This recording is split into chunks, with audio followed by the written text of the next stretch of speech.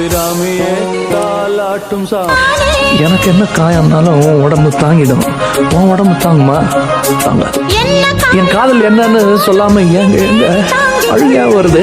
ஆனா நான் அழுது என் சோகம் ஒன்ன தாக்கிடுமோ அப்படின்னு நினைக்கும் போது காதல் என்னவென்று சொல்லாமல் ஏங்க ஏங்க வர்ற அழுக கூட நின்றுடுது.